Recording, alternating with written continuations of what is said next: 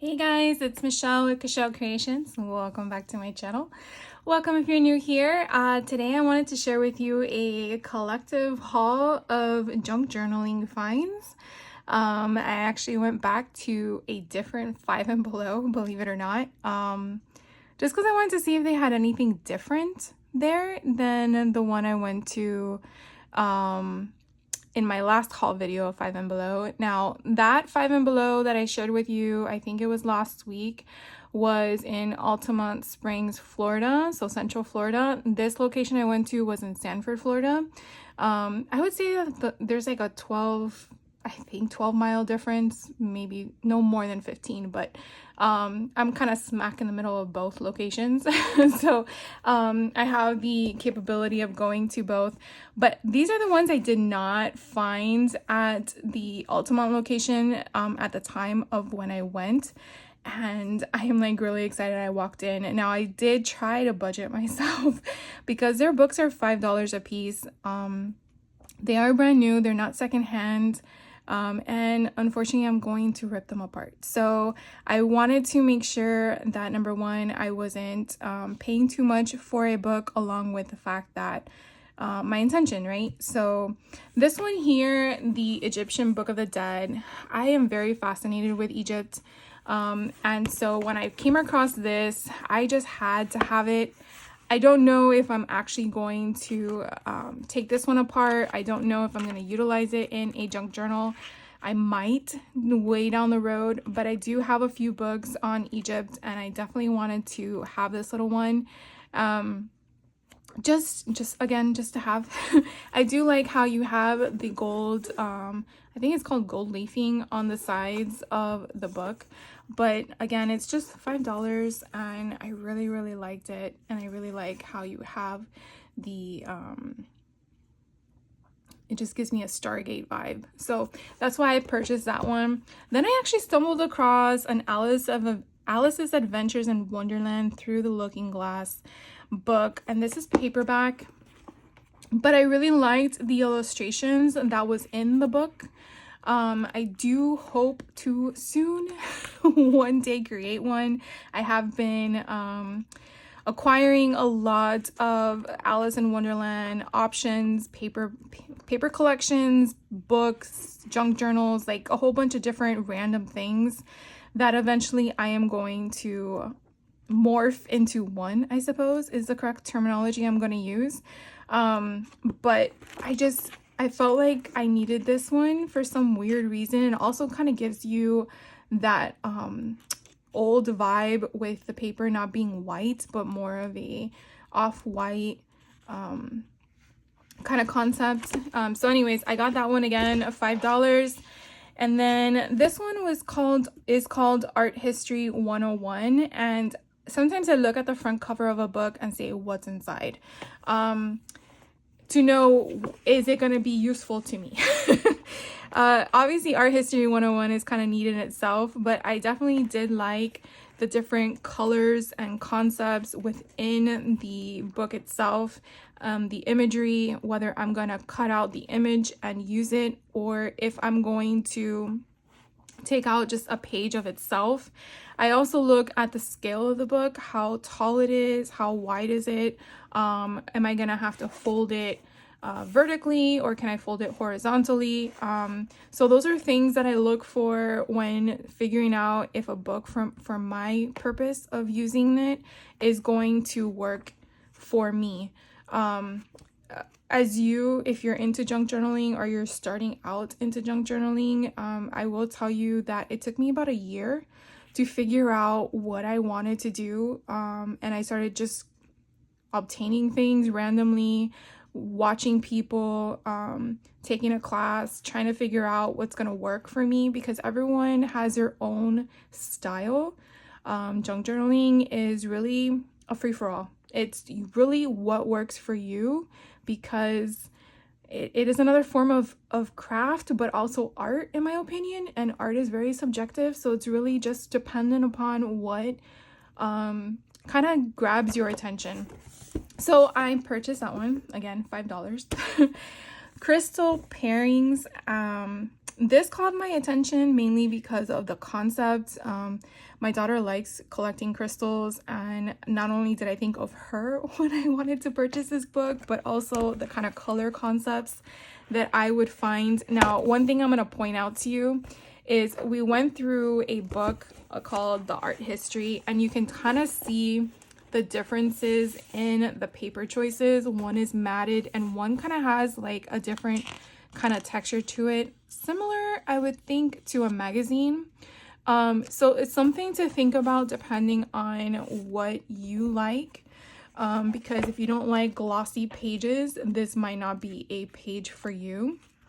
But again, I looked again at the scale, the size of the book, what could I retrieve from it. I really like the colors. I really feel like even if I were to grab this little part here and make it as a bookmark, that's something that would be fun. Obviously the other side wouldn't have the same concept, but I can take 2 pages, tape them together, or even use cardstock to back it with, and therefore again I have a nice, you know, even if I just wanted this to be a tall bookmark, that kind of gives me almost 5 inches in height to utilize.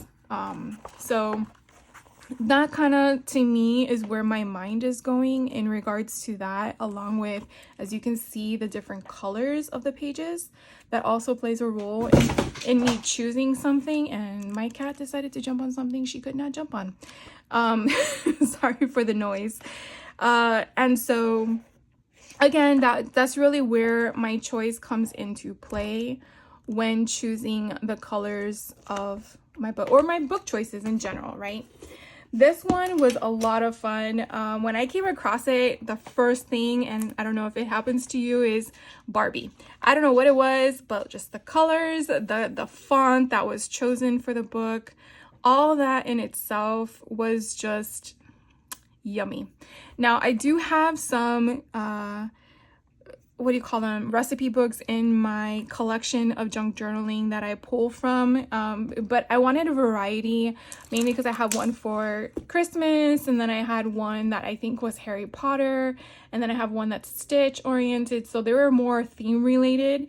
And this one, even though I gravitated to it being Barbie themed, doesn't necessarily mean it has to be. That was just where my mindset went. But what I really loved about this was how you have one whole sheet, and again, it's not the same one because the kale quiche is this, but you have one whole sheet that gives you the instructions on how to make something, and then you have an image on the other side. And I think that's so fun and inviting, because if you're working with colors like the yellows and the greens and the browns, this would be a great page to utilize. And then on the other side, if you were to fold it in a way, the person receiving the book could technically also make a bacon and egg pizza if they wanted to. So I just really like looking at something and trying to figure out how is it going to be versatile as a choice, and not just pick up a random book and say, oh, I want this, I want this, I want this. So I'm just trying to teach you where my mind works in regards to, oh, that looks really good. In regards to choosing a book when you're in a store, whether it's a secondhand store or a estate sale, or someone's having a yard sale or something like that, because obviously I purchased these at a retail store, right, 5 and below, but hopefully I'll be going to some secondhand stores, because I've been looking into my area and I realized that I have a few that I have to venture to. But anyways, I just wanted to share with you some ideas that inspire me. And then for some weird reason, I have this thing with coloring books. And this one just caught my eye. I really think these are cute, and so I just wanted to get one of these. I think I got one recently with butterflies, and I think the other one had mushrooms in it or something, but this one was just cute. I mean, it just has funness to it. I mean, it is kawaii, so that in itself. But anyways, I like the concept that it has a large image and then the back has a cluster, so I wouldn't feel so bad that if I cut it off, you could still utilize one of the pages, and the other page could basically be to cover it up with pictures or embellishments or brochures or whatnot. But anyways, I wanted to have something different in my stash. So again, each book I shared with you from 5 and below were exactly $5 each. So yeah, $30 for all these books. I really think that's a hefty penny. So that's why I kind of restricted myself. But I definitely wanted to share it with you in case you actually wanted to read the book. You knew where to get it. But also so you understand my intent is merely to utilize them in junk journals. The other thing I wanted to share with you that I feel is junk journal related, my mom actually went on a fun trip to Europe, and I told her, hey, if you go to any cute little trinket stores or stuff like that, just find anything unique. I just want something unique.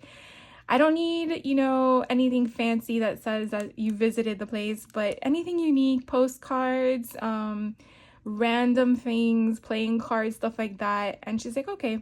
So she came back and she kind of brought me a few things from the ports that she went to because it was a cruise. And she brought me this Ireland postcard with Guinness on it.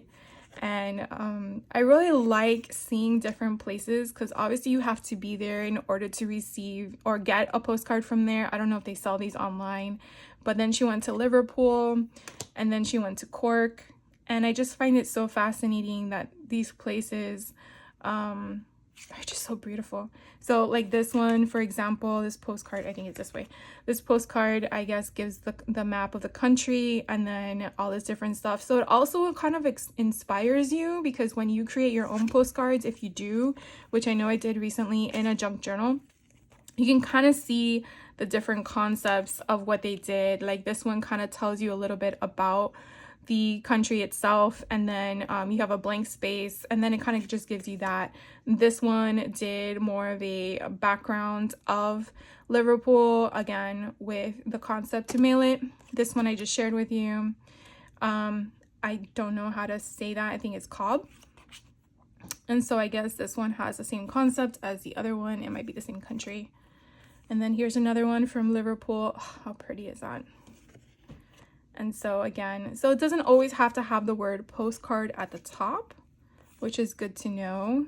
The world's greatest Dublin postcard with all the different imageries. So I thought these are really cool. There's Belfast. And she's already like, when are we going? I'm like, I don't know. And then this is London.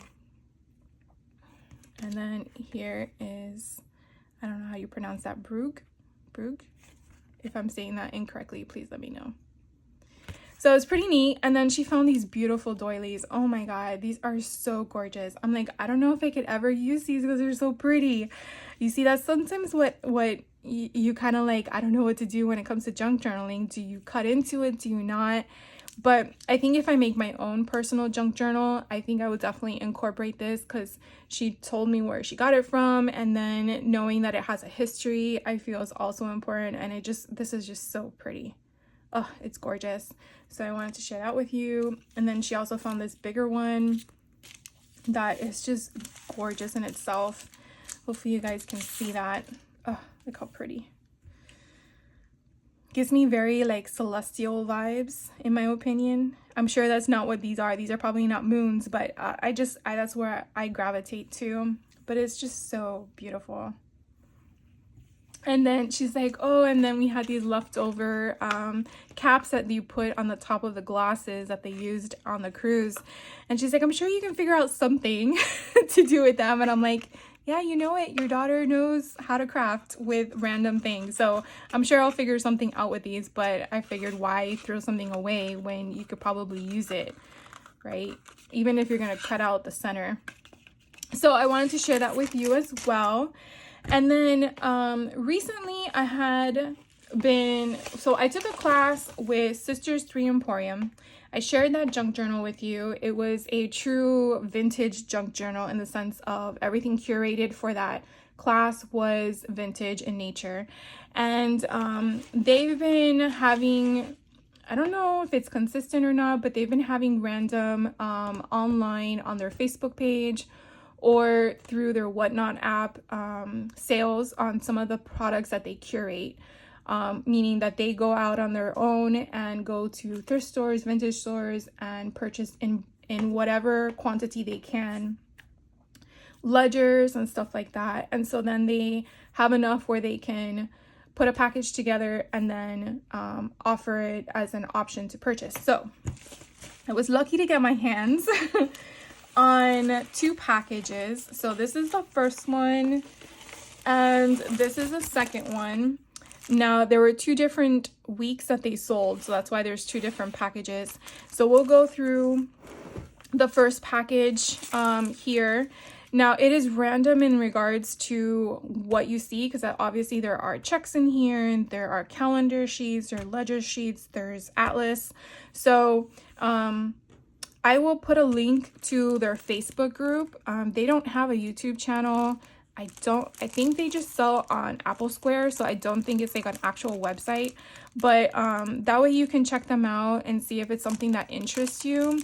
They are very, very sweet individuals, and I can't wait to take another class of theirs, because the last class they had I wasn't able to sign up for because it conflicted with another class. So hopefully in the new year I'll be able to take one of their classes. If I can open this. Oh, they taped it really good. Sorry for the extra noise. So the reason why I wanted to curate some of this was because I eventually want to do a true vintage junk journal with some of the stuff that I've been acquiring on the side. Some of the things that I've been sharing with you, like in the beginning of the video from 5 and Below, it's not vintage. I just bought it. So to me, I don't advertise it as vintage. Like all the junk journals that I did for the golden books, I never referred to them as a vintage altered golden book, because I didn't use a vintage golden book and I didn't put any of the products in it as vintage. And so that's just something to just point out to you. I don't know how far or how old something has to be deemed vintage. I mean, we are in 2024, so I would assume anything before 1999 could be considered vintage, but then again, then I am vintage. I don't know. I honestly don't know what time frame that would put someone at, if that's 1950s and older or what. But besides the point, to me, this is considered vintage because some of these things are actually from 1800 or the early 1900s. And I feel like keeping everything consistent with a time period is important to me. But it might not be to you. You might want to mix it, and that's totally fine, because again, junk journal is your choosing. It's totally what you want to do. So some of the things that were in here, now this particular kit was $20 and that included shipping. So I really think it was a really good deal. This had a Boston Banking Company check, 1925. Here we have a bridge paper, so I guess like poker playing. Let's see, this is a 1946 calendar from, I guess, a desk. Pretty cool. Let's see, here we have expenses. So you could definitely tell with the paper color that it is old. Not everything's gonna have a year on it. Again, here is a memorandum. I think it's pretty neat how it kind of tells you where it's coming from, the Portland Public Schools in Oregon. So that's pretty cool. I wonder if it still exists. I don't know. Here is another one. It's a national brand. I don't know if this is like a one of those old oh no, it says credit limit and rating. So it's probably like from an accounting book. Triple Yahtzee scorecard. That's kind of cool. So getting old board games and then kind of like taking them apart in regards to the guts of the board, not using the board but the rest of the products in the game. Here is another calendar, I think option, just doesn't have a year on it, so you can utilize it for whatever. This, you obviously know it's from 1900 and something, but it is a time for a half month or 2 weeks deduction. So probably another counting ledger, to use my words. Here's one, Wednesday, September 28th. So whatever year a Wednesday it fell on, that is what that is. It doesn't really have a year on here, but pretty neat. Here's a flight manual. Oh, that's cool. Close to takeoff flight path. Pretty cool. I'm assuming that's FAA approved 1974. That's pretty neat. Let's see this one. It's upside down, or is it intertwined? Oh, so it looks like it's like a backing of something, which is, again, you can create anything on there. I just love the penmanship back in the day. So this again looks like from another counting ledger, and it's just identifying what they purchased and what their balance is. And it's pretty cool to see what the things used to cost back in the day if you could make out what they were. And then again, who was the person receiving it? Oh, there's more on the back. Pretty cool.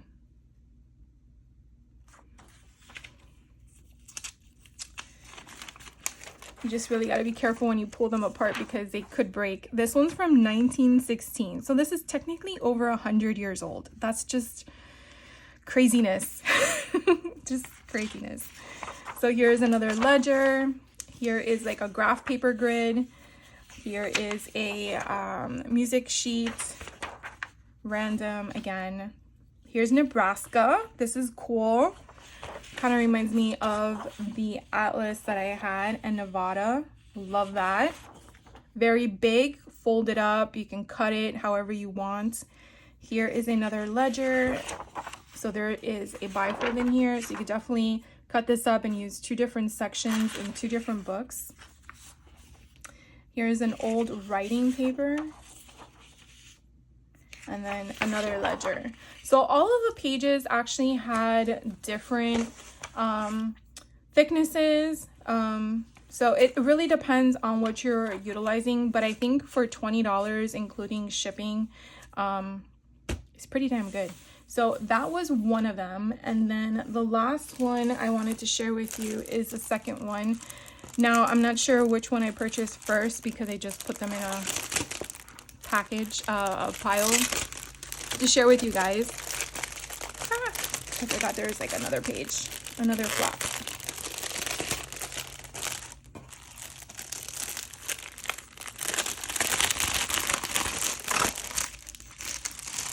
I probably should have taken these all out before I came on camera, but I wanted you to see how they were packaged. And they did come in a huge envelope. Like, look how big this is.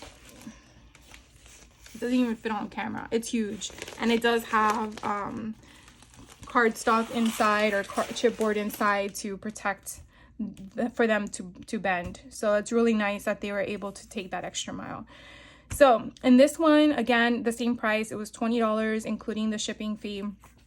Here we have this cute little baby card. Oh my God, that says congratulations. And all that mush. How we love you all and are so happy for you. God bless you. Love, Fred, Marty, and Auntie. How cool is that? Of course, it would be cute if they put the baby's name on the top, but you could definitely open this up and make it like a fold like this if you wanted to. You don't necessarily have to use it in the form of a card. So just something to think about as well. And if you don't like the writing inside, you could always cover it up or just cut out the front part of the actual design because that's solely what you're really going for. Then we have here a postcard of El Paso, Texas. It looks like it's hand painted and on like a canvas paper. Like, that's freaking cool. Oh, and it's completed. Oh, that's so neat. So it was going from someone that took a trip to Texas to someone in Pennsylvania. Written on a frigidity train, all is well. I don't know what that says. Something train packed with sardines, maybe? 700 went then ahead of me, ahead of us. Now something autumn until right home something. And then look at the postage stamp. That's just so cool. I don't know if it can make out that says 1942 on it. That's so neat. All right. And then we go to an old envelope. We go to another old style music paper, which has a different type of fold, which is cool. I like different. And then this is a blank ledger piece. We have another music sheet page. So this kind of looks like it came from a church book.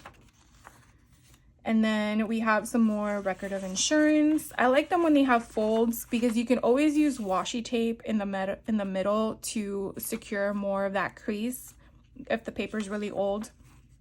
So here we have Wednesday, January 23rd. Not sure what year, but that's okay because it looks old. Here are some more ledgers, again, in different sizes. And this one has stuff in it. I love that. Because you just love just random things. So this is from 1910. Holy cow. And the fact that the paper is still in such good quality is just craziness.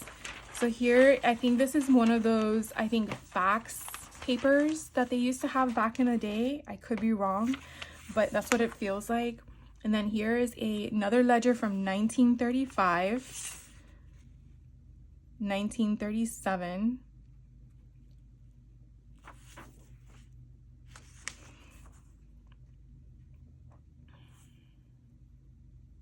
So this looks like a grocery list. I see egg, Snyder, cream. So maybe this is like a grocery store or something. That's probably cool. Then we have another sheet. I don't know if that's perforated, but it kind of looks like it has a pattern to it. Here is another ledger that could be folded in half. Another graph sheet of paper that could be utilized. Oh, it's one of those. Oh, look how cool that is. So if you write on it, you have your carbon copy in the back. That's pretty neat. What the what? So this looks like a copy. I don't think it's the original.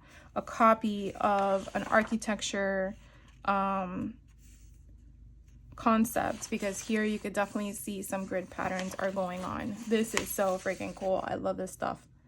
Ice dispenser, butter dispenser, food warmer, hot food unit, tray stand, water cooler, plain table, carbonator. That's so neat. So you have the chairs, the booth seats. So this is for like a restaurant. Kmart. Kmart store number 7058 in South Carolina. What? Cabinet fixture division. So this is from 1974. That is so cool. That's so neat. Okay. And then we have a map graph of the world at war. Interesting. So this must have been part of an atlas of some point. And then on the other side, we have British Isles. Let's see, we have Africa, I guess, down here. We have Europe, right? Algeria, I think that's Africa. Oh, Sahara or Great Desert. Sudan, maybe? Back in the day? Yeah, Sudan. Germany, Denmark. So crazy. I wonder how old this is. There's no year, so I would have to look it up. Pretty neat. We have some more ledger sheets. So this one is a fold out. And then here's handwriting paper. Another ledger. Let's see, does this one open? Yes, it does. We have some remnants in there when they pulled it out. That's pretty funny. We have another ledger account. And again, this has words on them for a company. And then let's see what this is. Does it open? Ooh, it opens. So this looks like it's from 1861, Transfer Office of the New York Central Railroad Company. That is so freaking cool. Number one, that these things exist and you could still obtain them. Oh, that's a real stamp. How freaking cool is that? Sorry, I'm just like really ecstatic. Like, this is so neat. And then here, another account ledger. So again, so that sums up my junk journaling funness that I have acquired for a bit that I wanted to share with you guys. So again, if you liked the 2 last things I shared with you, that's going to be with Sisters 3 Emporium. They have a Facebook group. I will put it down below if you're interested. I'm not affiliated with anybody. I'm just sharing with you who I come across of interest that, you know, if you're interested too, you might want to jump on the bandwagon with us. Rabbit holes are okay. You can have many rabbit holes to go down. And then again, you know, the 5 and below and the stuff that my mom found overseas when she went on her trip to Ireland and Europe.